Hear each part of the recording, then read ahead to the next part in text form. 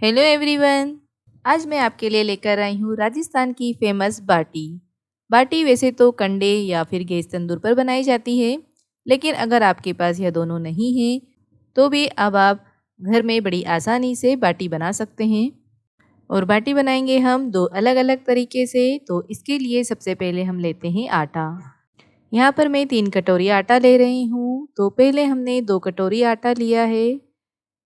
और इसे छानने से पहले मैं आपको एक बात बता देती हूँ कि यह जो आटा है यह थोड़ा सा दरदरा है, थोड़ा सा मोटा है।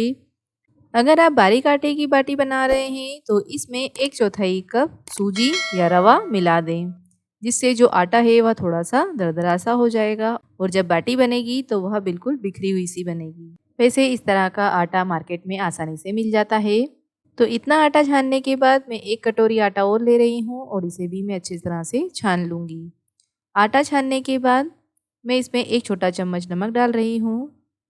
यहाँ पर नमक हम जो रोटी बनाने के लिए आटा लगाते हैं उससे थोड़ा सा ज़्यादा लेंगे और नमक को आटे में अच्छे से मिक्स कर देंगे। इसके बाद मैं इसमें डाल रही हूँ 2 बड़े चम्मच घी। घी डालने से जो बाटी है वह अंदर से सॉफ्ट बनेगी।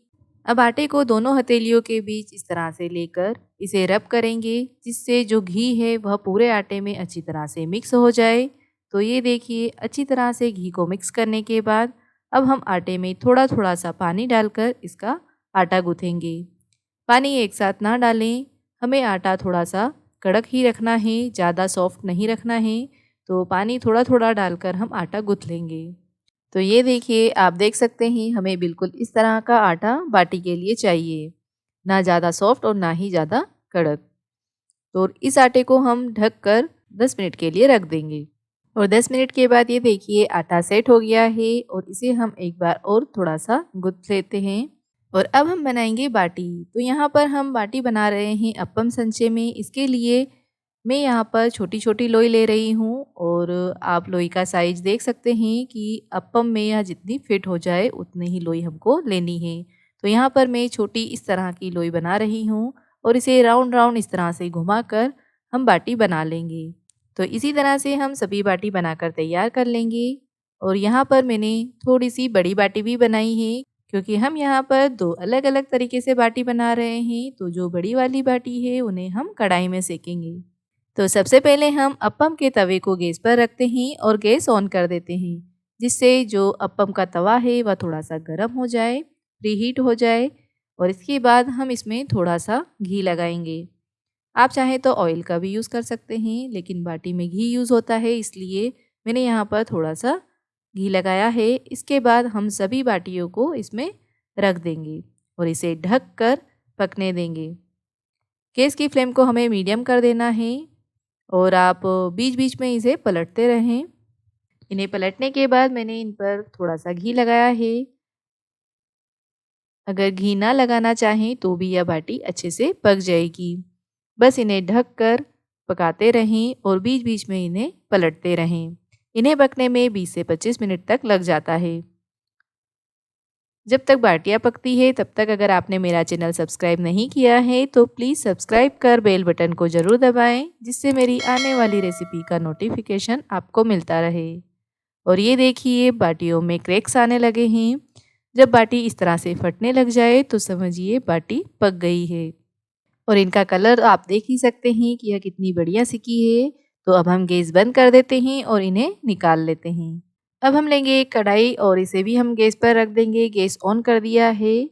इसमें रखेंगे हम एक इस तरह का स्टैंड और इसके ऊपर एक छलनी। आप चाहे तो प्लेन प्लेट भी रख सकते हैं।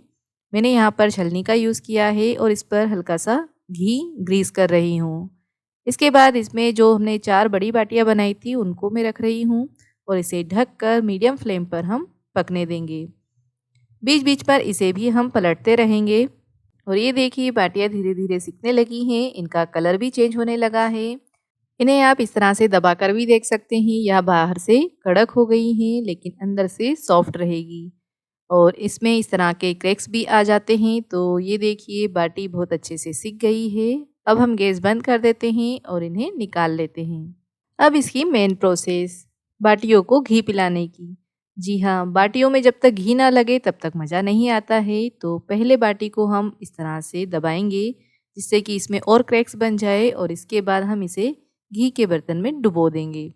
तो मैंने यहाँ पर कटोरी में घी लिया है और इसमें बाटी को इस तरह से डाल दिया है, और इसके बाद इसे हम प्रेस करेंगे जिससे बाटी घी को अंदर तक सोख ले। तो ये देखिए, इस तरह से घी में डूबी हुई बाटी देखकर आपके मुंह में भी पानी आ गया होगा। तो इसी तरह से हम सभी बाटी में घी लगा लेंगे। अब आप इन्हें गर्मा गर्म येलो दाल के साथ सर्व कर सकते हैं, साथ में रायता हो तो और भी बढ़िया। और इन दोनों प्रोसेस में आपको कौन सी प्रोसेस अच्छी लगी, मुझे कमेंट करके ज़रूर बताएं। और अब आप भी ट्राई कीजिए। अगर वीडियो पसंद आया हो तो प्लीज़ इसे ज़्यादा से ज़्यादा शेयर करें। Thank you for watching.